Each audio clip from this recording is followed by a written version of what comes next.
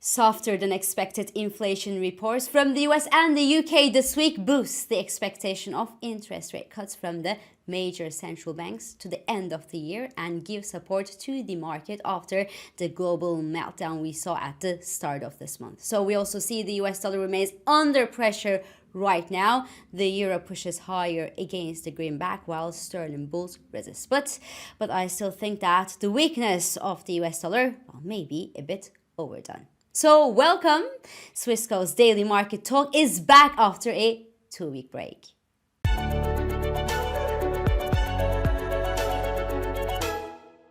So hi everyone, it's been 2 weeks since I've left and in summary, the global markets went through a chaos really while I was away and we are back to calm waters now that I am back.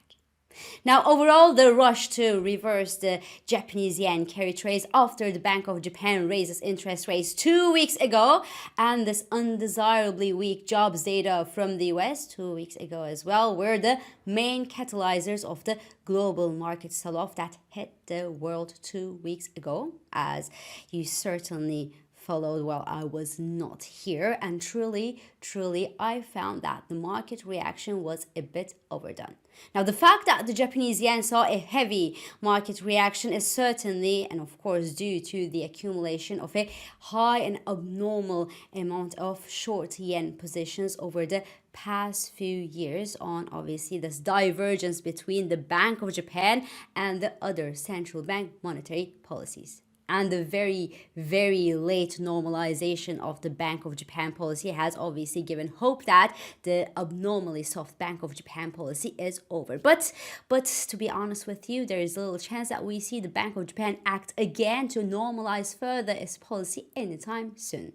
So this is the message that the Bank of Japan members, which were apparently, not expecting such a huge market reaction, have been trying to give to calm down the market nerves since last week. So the dollar yen almost hit the 140 level last week during a massive carry unwind, but the pair has rebounded since then and is trading near the 147 level at the time I'm talking here this morning, and could eventually return and stabilize around the 150 psychological level until further notice and until the dust settles.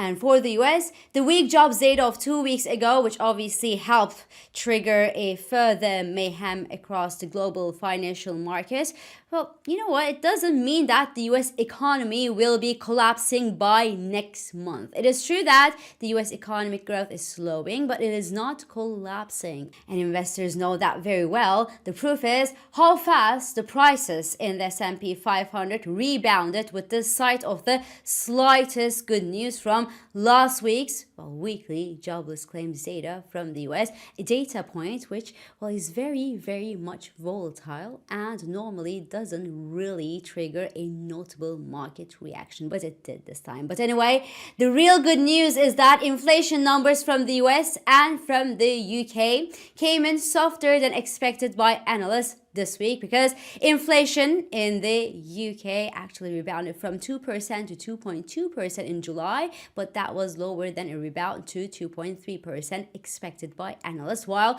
core inflation in the UK eased from 3.5% to 3.3%, more than expected by analysts. Then headline inflation in the US fell below the 3% mark last month, and not only that, but the services inflation in both locations, which is what made inflation numbers so sticky in the developed world, also showed a better cooling last month. So all these figures are hinting that the Federal Reserve could start cutting its interest rates in September, and other major central banks like the European Central Bank and the Bank of England could continue lowering their own interest rates to the end of this year if all goes well. I say if all goes well, because the surge that we see in European natural gas futures prices since Ukraine invaded Russia, and also the rising tensions between Iran and Israel, actually look threatening to me. But if we leave these political tensions aside for a minute, and in the aftermath of the latest economic data from, well, the major economies, well, the Bank of England is expected to announce two more 25 basis point rate cuts by the end of this year. The European Central Bank is seen cutting its own rates by 65 basis points, so two more times this year and up to 6 times by the end of 2025. And the Fed is seen cutting its own interest rates by a whopping 100 basis points this year, a possible 50 basis point cut in September meeting, followed by two 25 basis point cuts for the last two FOMC meetings of this year. So this is also why we see the US dollar fall so fast against its major peers. The US dollar index is almost where it started this year because the market just went from the Federal Reserve will certainly cut its rates in September, but we are not sure too. Oh my God, the recession is knocking on the door and the Fed is probably too late acting on its interest rates. And oh my God, maybe they should just cut by 50 basis points in the September meeting to avoid a disaster. Even people at Bloomberg Economics wrote that several key items of the latest PPI read in the US put core PCE index on track for the lower end of its 2.7 to 2.8% year-on-year estimate, which is still above the Federal Reserve's 2% monetary policy target, but which would be supportive of a 50 basis point cut by the Fed in the September meeting, according to Bloomberg Economists. But I personally still believe that the Federal Reserve will cut its interest rates. Yes, they will cut in the September meeting. Yes, but they will cut by 25 basis points only because, there is no need to cut by 50 basis points unless there is a big financial problem. Activity on Fed Funds futures now gives around 63% chance for a 25 basis point cut and 37% chance for a 50 basis point cut next month. Now, the suspense will obviously last until the next jobs report from the US, which will give a clearer idea on how much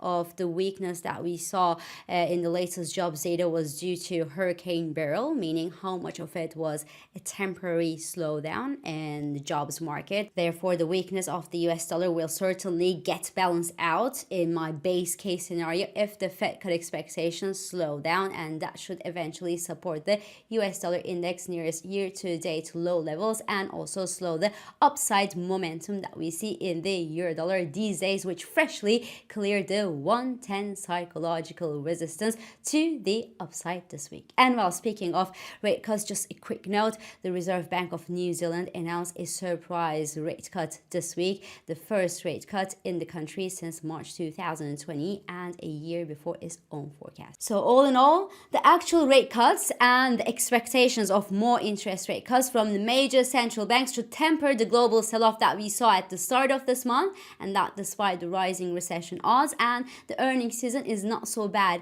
in the US, mind you, because earnings growth in the US is finally back to positive outside Magnificent Seven, of course, for the first time since the fourth quarter of 2022, even though the expectations for the next earnings season are weakening right now. Now, the S&P 500 recovered more than half of its losses before I got a chance to comment on the global meltdown, and the sell-off in the Magnificent Seven stocks is also contained at the moment. So in summary, all is back to good and normal now that I'm back from my summer holiday. So this is all for today. I'm İpek Özkardeşkaya, and thank you for joining me for my first episode after the summer break. I hope this episode of Market Talk has been helpful and it has been insightful to you. So please do not hesitate to leave your comments, your reactions, and your questions below as usual. Follow us on Instagram, on X, and on LinkedIn for regular market updates. Subscribe to our YouTube channel for daily market comments, and please don't forget to hit the like button on these videos to let us know that you enjoy them. So I will meet you again tomorrow, and until then, good day trading.